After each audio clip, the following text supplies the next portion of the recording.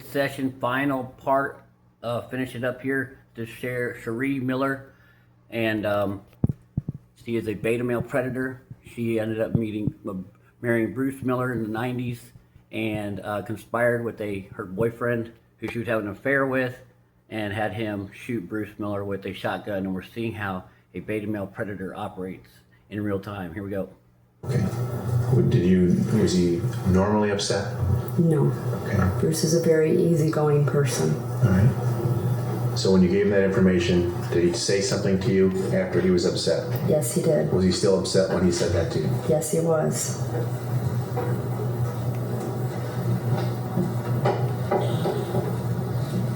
Okay, go again. Thank you. What did he say? He said that if the business was in trouble, that John was going to pay for that. Okay, so this is a lie, by the way. John Hutchinson's a partner, and they're actually trying to she's pinning it on him. See what women will do. I mean, and Bruce doesn't realize that his wife is, she's gonna conspire to murder him. But they end up, John Hutchinson, the guy they're talking about, becomes prime suspect, which he's innocent. So anyway, when you get caught up in the chaos of a woman's lies, watch out. He had contacted John? At that point, he called John's house, and John was not at home. He talked to John Hutchinson's wife, Deborah Hutchinson. Okay. I don't know what Deborah said. Did Bruce ever meet with the police? No, he did not. All right. And that following Monday, that was the day he was killed? That's the day he was killed. You killed him. That's the day you conspired to kill him, yes. Particular date, do you remember what you did? In the morning, every morning I would take Amanda, my daughter, to school in Mount Morris at Pinehurst.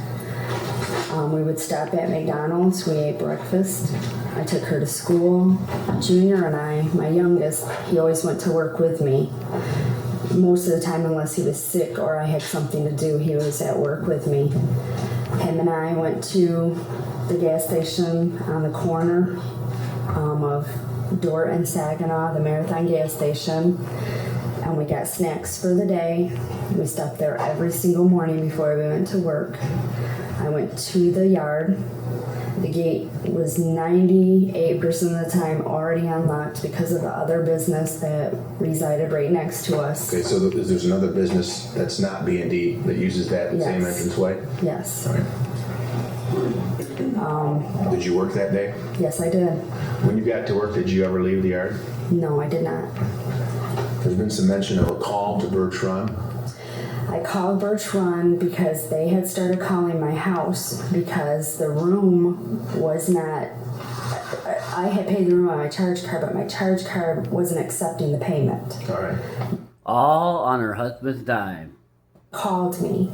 I called Birch Run from there to try and take care of that before Bruce ended up getting the phone call and wanting to know how come I had paid for a room for 2 nights. Were you able to take care of that with a hotel up there? When I called there, it went through on my charge card. It ended up going. Thank God you kept the affair. You kept your boyfriend who's in town to murder him. Thank God you kept that quiet. So I didn't have to do anything. I got it taken care of. Okay. Did you see Jerry Cassady on November 8th? No, I did not. Was he up here to your knowledge? No, he was not. How long did you work at the yard? It was a late day. Bruce had slept in that day. I unplugged the phones at home when I would leave. So back up just a little bit, give it a little bit of insight. The guy they're talking about, Jerry Cassady, is her sex partner, and he's already killed himself, self-deleted. And the reason that she's on trial is he dimed her out and said, I did it, and she did it with me. And why is he going to lie? He realized he got played by her, because after they were having a hot, torrid affair, and she's married to Bruce Miller, and Jerry thinks he's doing a solid for her because she's manipulated him. She's been saying she's pregnant, she's gotten abused, and she was pregnant with Jerry's babies. And so he's been head over heels, just mind screwed by her, right?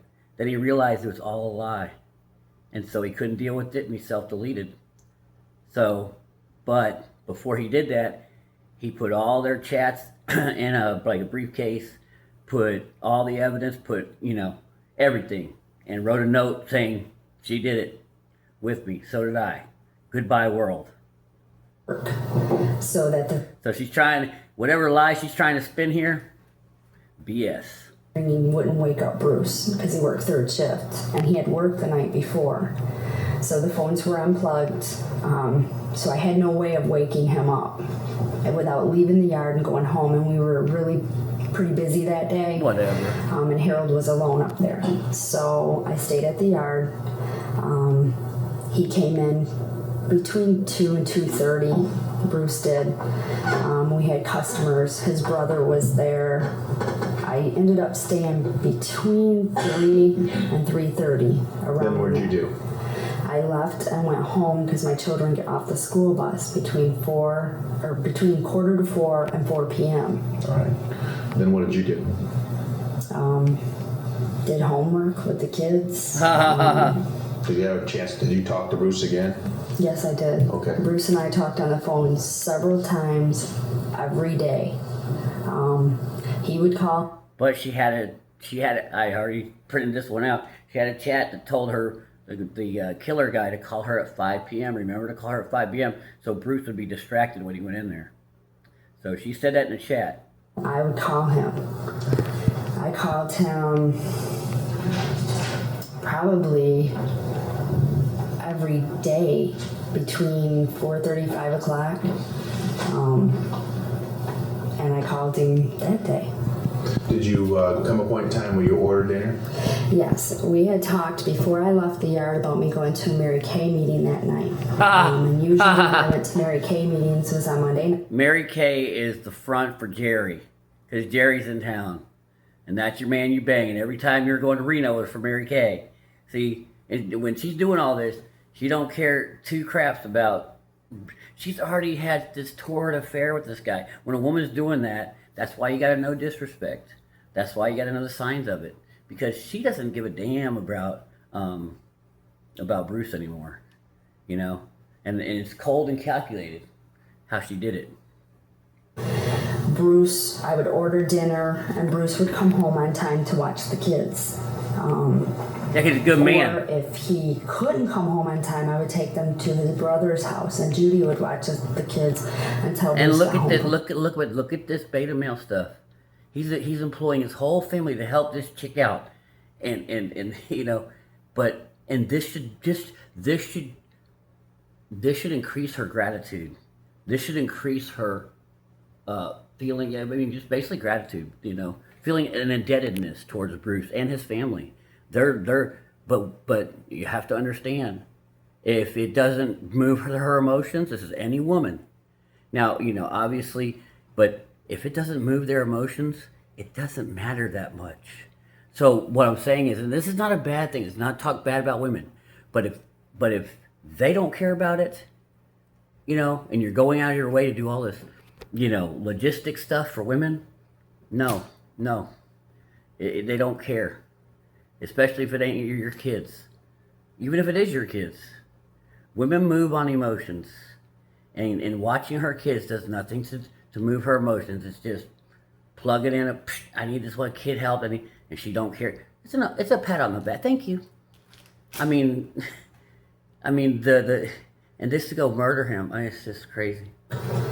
We were supposed to go to a Mary Kay meeting that night. Liar. Laura Ewald and I. Liar. When Amanda got off the school bus, she was whiny. Her ear was hurting. Mm-hmm. She had a little bit of a runny nose. So she's got to make up why she didn't go. I decided not to go to the Mary Kay meeting that night. Right. But Bruce said, since Amanda was sick, go ahead and, still order dinner. All right. So on my dime. I mean, oh my God. And she's sending a guy to blow his head off, literally, with a shotgun. Yes, I did. Did you talk with... Do not support these ladies. You are the prize. You got to be the prize, though. But if they don't feel that alpha bang energy for you, you're screwed. You are screwed. This is beta male Bob getting his butt kicked. Yes, I did. I called every night to find out about what time he was going to be home. Do you remember approximately when the last time he called? 5 o'clock. I know for a fact the last time I talked to Bruce was 6:19, 6:20. I looked at the clock while we Whatever. were talking. He said, "What time will dinner be done?" You have records of I looked at that? the clock and said, "You have 10 minutes, to go pick up dinner." You have I records, ordered at Big Bruda's. and you never got a response, He had 10 guaranteed. minutes left, which was only, Big Bruda's was just a few minutes from the junkyard. Okay. Now, there's been some discussion about cell phone. The two of you had a cell phone? Yes, we did. All right. Who used it most of the time? Most of the time I had it. Oh, Did Bruce? oh boy. I mean, those weren't cheap back in, this is the mid 90s. I think, late 90s, but still. I mean, they weren't like they were now. And look, they got stuff, and she's got it. No, he's watching the kids. He's got his family watching the kids. She's got the cell phone. I mean, look, and she's not a one, like, this is all women. They don't care what you provide them. They don't respect, it sounds like I'm ripping on them. No, it's just the way they are. It's just the way they are. And we have men have our own things. It's not a moral issue. But obviously we can tell that, no, you could give them the world and they don't give a damn. It's about how they feel about you, the person. She could give two craps about Bruce. So he can keep giving her stuff, but that ain't going to increase her attraction for him. Bruce took it to work on third shift. You had If I it. needed anything while he was on the line, I would call him. How nice. He would call me at midnight, 2 o'clock in the morning. We talked on the phone a lot. During the daytime, I had it a majority of the time. Unless he was going somewhere, the auction, then he would have it. Okay. Did you have the cell phone that night? I had the cell phone that day. And I believe I left it on the counter or the desk in the office. I'm not real for sure where I left it. Do you remember trying to call the cell phone? I didn't realize I had called the cell phone number. I did realize that it was a cell phone after nobody picked it up. It plays a message that the subscriber or the owner, I don't know how they say it, is not available and voicemail is not hooked up. That came on and I realized that I had called the cell phone instead of the business phone. Right. Now there was Just about the time your your affair partner is blasting him in the head. from your brother-in-law about you contacting him at a certain point. Yes. Yeah, to go find Bruce, who you blasted. Laura was at the house. First, can I start at the beginning? Sure. Harold came over to pick up toys. And I was outside with him. This was between the last time I talked to Bruce and 7 o'clock. And between that time, I was outside with Harold. I was giving him bags of... It doesn't matter. We know you ain't there, lady. Your man's doing it. You already set that up a long time ago. Laura came after Harold left, and she came in the house, and we talked for a little bit. Then we got on computer online. I didn't know how to install ICQ into the computer, and Me and Laura were on the computer talking to more dudes. Which is what? ICQ. apparently I never did end up getting it installed into my computer. It's another networking system. Yeah. That would have been easier to talk to her. She lives out in Tuscaloosa. Oh, yeah, County, yeah. and we Because had you a were hard talking to time so many instant women. messaging back and forth. Nah. Because she wasn't on AOL. Right. Did there come a point in time where you tried to call Bruce again? Yes.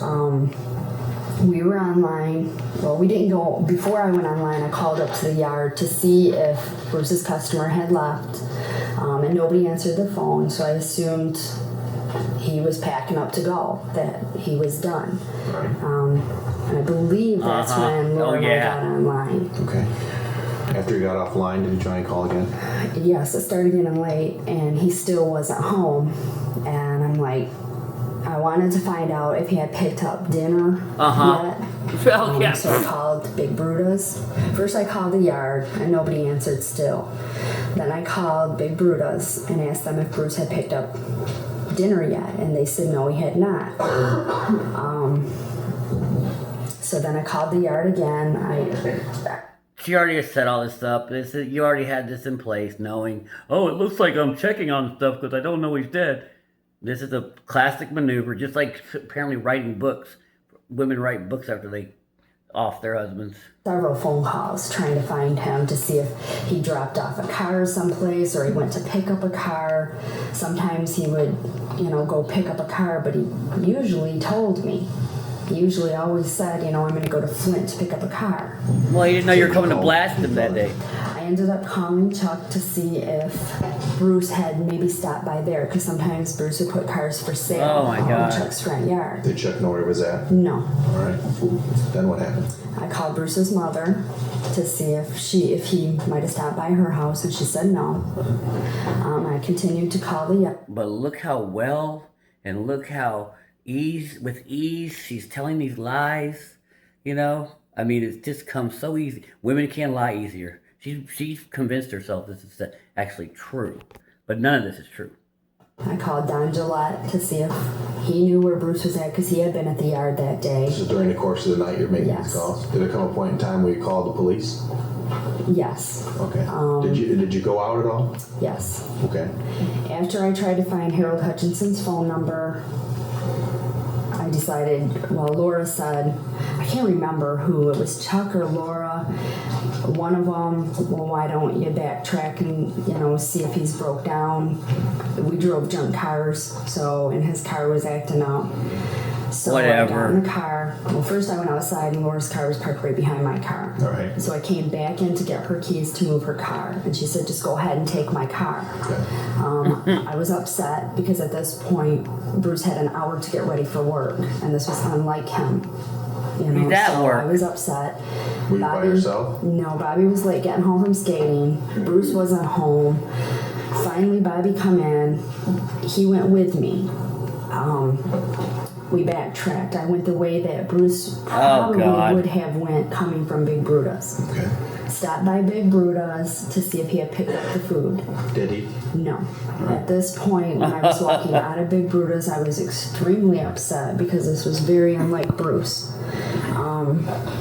You know what Jerry did already. Yes, I drove then to B&D, drove up to, there's a driveway that veers off, and then our driveway that goes straight. I drove up to the gate, seen the gate was closed. You see, when someone gives this much detail, thou dost protest too much. There's way too much.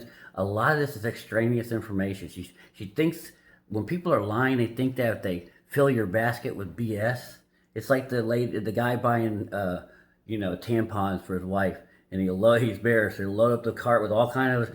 Still got to scan those tampons. You still got. Doesn't matter how much crap you put in my cart, I still see them there. Backed in the other driveway and went back home the way Bruce would have went home to see if he was broke down. Did you call Chuck again? I called Chuck again and told him, Bruce wasn't broke down. The gate. Yeah, because she doesn't want to be the one to find the body. Closed. He said, was it locked? I said, I didn't get out of the car because I had Laura's car. No, because you don't want to be the one to find the body because you know you're planning this murder. You got to get someone else to find it. A natural person who's worried about their husband would have gone in the biz. Come on, man. I had my gate keys, but that it looked like it was locked. It was closed. He said that he would go up there. At this point, somebody, whether it was Laura or Chuck, said to me that Norm might have closed the gate. Norm is who? Norm is the man that owns the business right next to ours. Well, if you didn't feel that necessary to go up in there, then just go home and why are you calling someone else? I mean, you didn't seem like it wasn't that much big of an emergency. Devil pit. Right. And then that's the one that uses the same gate as you. Exactly. So he went up there and he called me from his house after he went up there and said, the gate's locked, but all the lights are on. I'm going to go back in there. Maybe a car fell on it. That's what he said to me. Well, at this point, I'm hysterical because Bruce should have been home. Chuck said that all the lights were on and that was unusual. So I'm you know exactly what he's going to find, lady. And everybody knew I was hysterical. My children were starting to get upset. They hadn't ate dinner yet. If that's true, you would have been there first. You cannot find the body. You're keeping yourself away from that place like a black plague because you don't want to find the body because then you think you'll look more guilty. But everybody already knows. So he came back to the house. He was gonna jump the gate, and I told him, well, why don't you come get the keys? He came back to my house with his wife in his truck, got the keys. I'm telling you that if a woman really loved her man and thought he was in danger, a car fell on him, if a woman really loved her, she would move heaven and earth to go up there. And this lady's like, no, why don't you come here and get the keys? See, this is what people who aren't psychopaths and aren't narcissists and have feelings. See, we know this stuff because we care about people. We know what we do when we care about people. You don't know how it feels. She doesn't know how it feels to care about somebody. So she just randomly going through this story like, yes, we would logically come here and then he would go there. No. If you're extremely worried about a partner, you will haul your butt up there. I back up to the yard, and he promised he would call me. He said, I will call you when I get up there and let you know. Shit. And if she really loved you, she'd be following right behind you. What was the next information you had regarding Bruce? She's going to try to cry. Yeah, I see? started calling Bruce's mom. She can't do it. To see if try, lady. She had heard from Chuck. She told me that an ambulance had been called. She's trying to cry. She can't because she's not good at it. She don't have feeling. But women can't cry on, drop of a hat. So don't believe the cries either. They said women are only really crying when they're in private because every time they're in public, they're trying to manipulate a narrative or trying to manipulate a feeling through their cries. I called the yard several times, over and over again, just wanting Chuck to pick up the phone. I wanted to go up to the business. Why didn't you? I started giving Laura a hard time. I was trying to get out of the house. Whatever. I was trying to get up to the business. Yeah, right. She made me hang up the phone, and she called my mom and her husband. Told them Bruce had been hurt. And that they needed to come to my house. So they came over to the house, and I continued to call Ruth. Bruce had his head blasted off by you, your buddy, who you banging. Continued to call the yard. Who self-deleted and dined you out. Oh, damn, and now you're in this mess. And I just got more hysterical when I was watching the clock, and Bruce should have been home. He was supposed to take a shower before he went to work. He wasn't home. Lies, lies, lies. His mom ended up coming over. I guess she had talked to my mom or Laura or somebody. And look, Bruce was building a family with them. Their families are blended. Don't care. She don't care. And she ended up coming over to try and calm me down. Because I was wanting to go to the yard. She come over and she kept saying, Sharee, what if you pass the ambulance? An ambulance has been called. I said, but why was the gate locked if Bruce was in there? Blah, blah, and blah. her and I sat and talked back and forth. She mentioned maybe Norm didn't know Bruce was still there, and maybe he locked the gate when he left.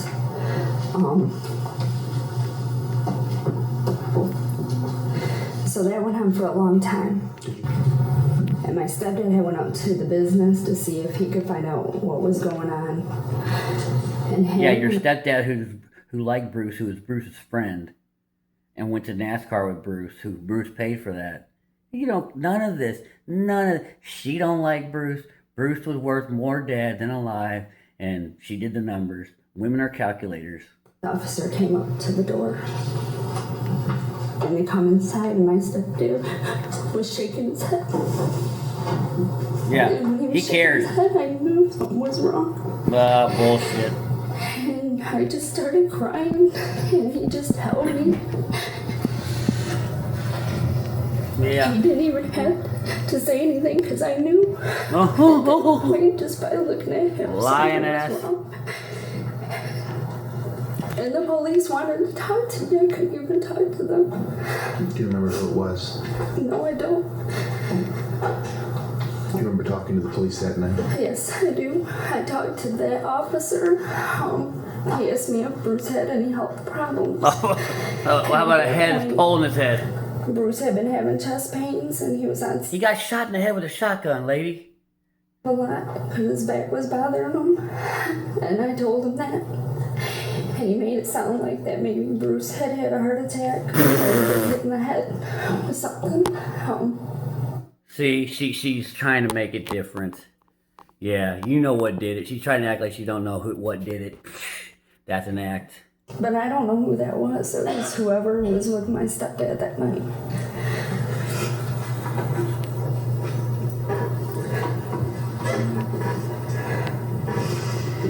Ultimately, you found out what happened. Yeah. Hours later, maybe, a detective came to my house, Detective Petrovka. He asked you some questions. He took me in my bedroom alone. Uh-huh. You know, because there were so many people at my house. And I met him on He AOL. wanted to question me about the events of the day. Did you tell him? I told him everything that I could remember. Of course you did. That day. Everything they planned out. Again? Well, One of the things that's in a chat that she asked her guy Jerry that did this, she said, can you live with this the rest of your life? Because I can. That's what she told Jerry who did this. And he said, yes, I can. And then she said, and Jerry said he wants Bruce to know who's there or whatever because he felt like Bruce was abusing her.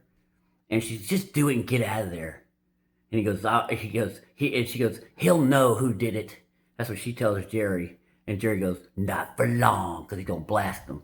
They talked it, it's all printed out in chats.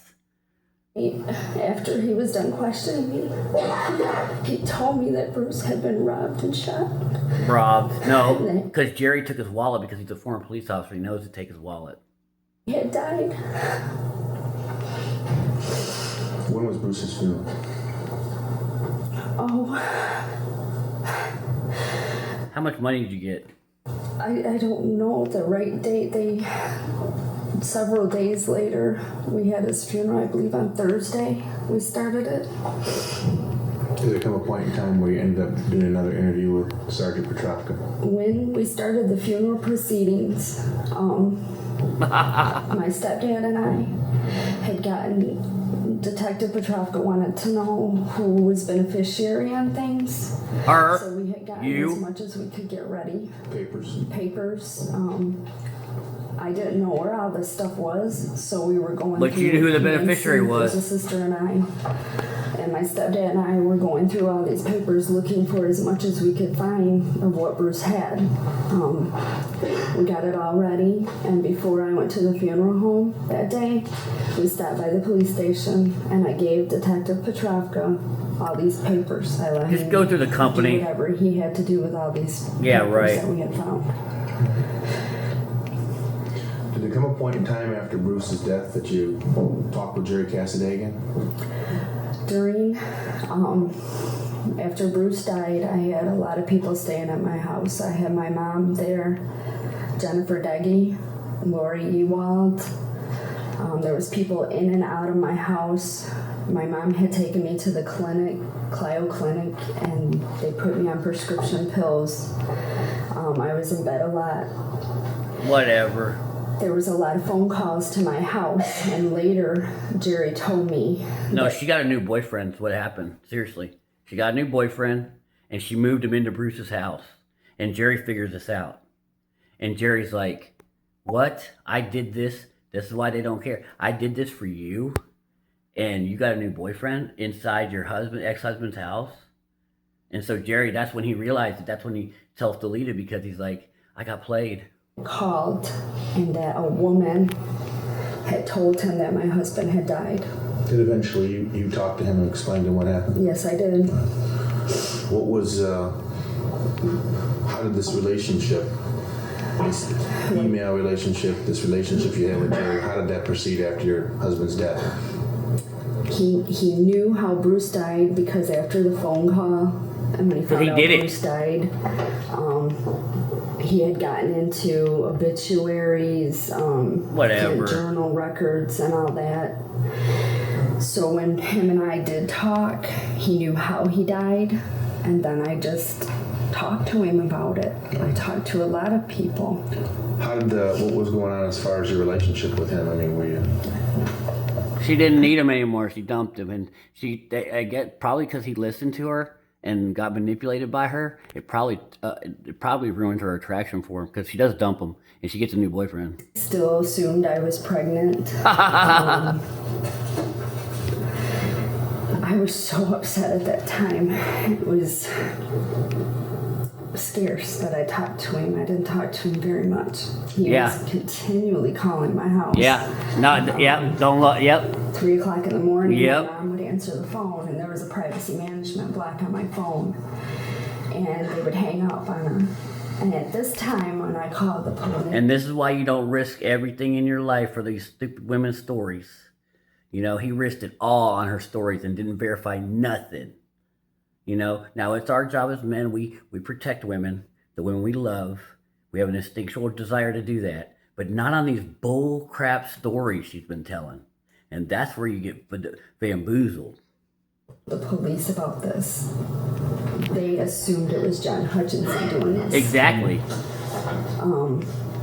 That's what you wanted to Came think. the point that everybody left my house to where I was the one answering the phone and talking.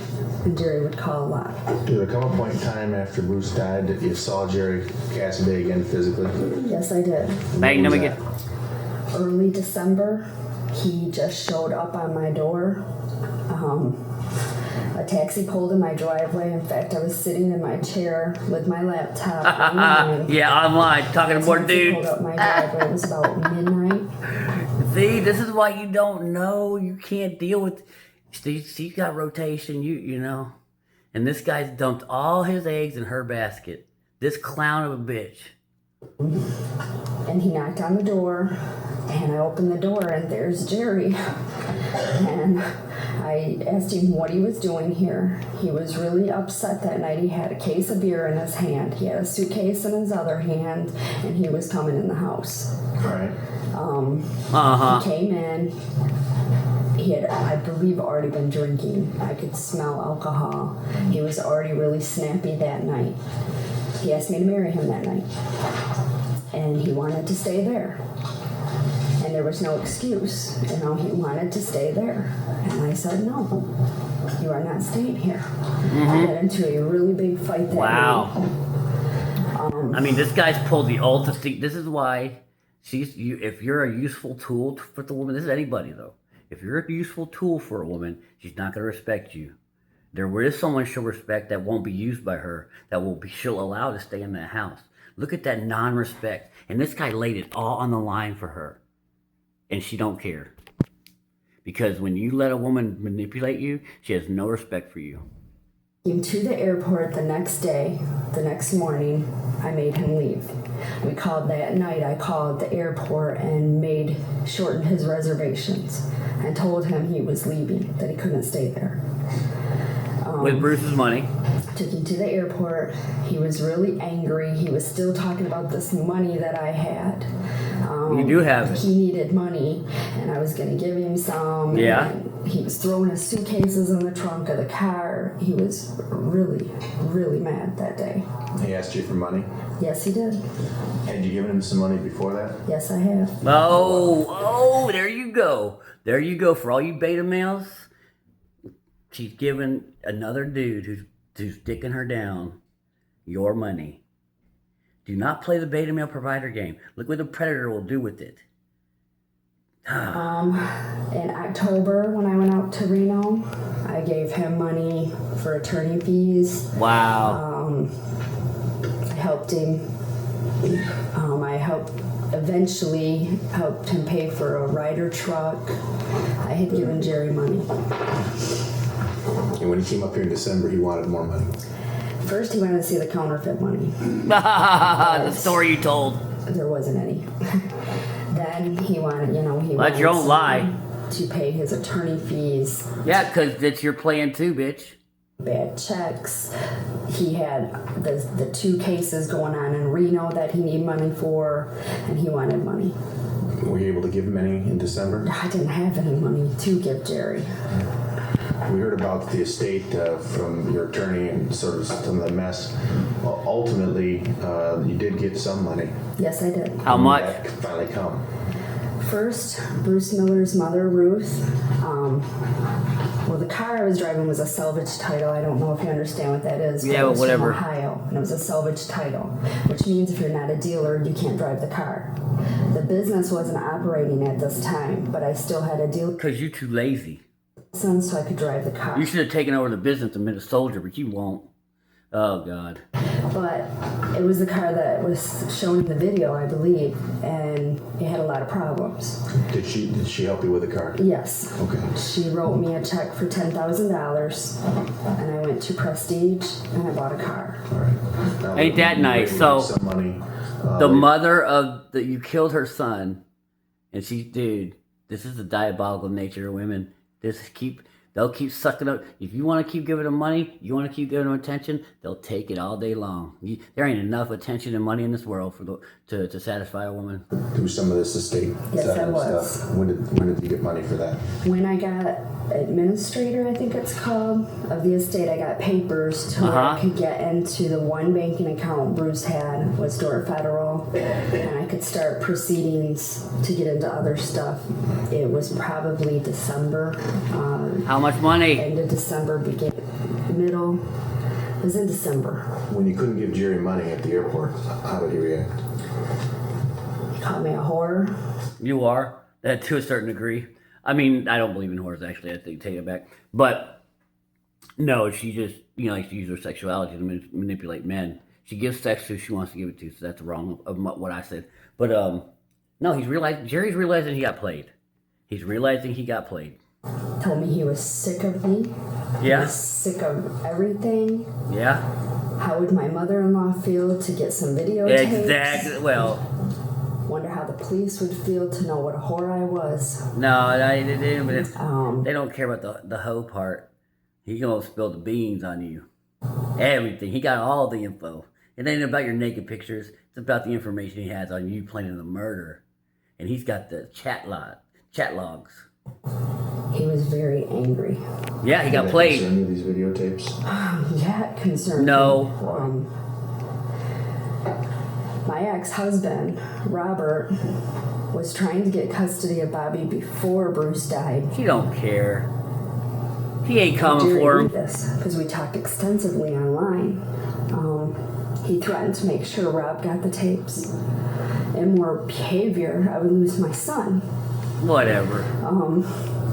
Bruce's family was helping me. Exactly. I didn't know what else to do. I'm 28 years old at this point. Don't kill your ex-husband. Thousands of dollars in bills. My husband was killed, Yeah. and they were helping me. Yeah. His mom was doing a lot of the financial, helping me with that. Let me ask you. We've heard about this briefcase. Did Jerry ever mention the briefcase to you? He told me what was in the briefcase. He told me he had a briefcase with my tape and my pictures, the pregnancy pictures, the explicit nude pictures, and the videotape. He told me that he had this stuff in this briefcase. Yeah. And that's what he used to pawn with Bruce's mom and with the police here. That he was going to use these and he was going to show people these tapes. Yeah, And then I would lose Bobby. No, you're going to go to jail for life. Did you give him some money? She's going to go to jail for life, which she is going to jail for life. Yes, I did. How much did you give him? I gave him $3,000. How did you pay him? Well, he Counterfeit. called and he said that he had bad checks all over Kansas City, Missouri, and that he had attorney fees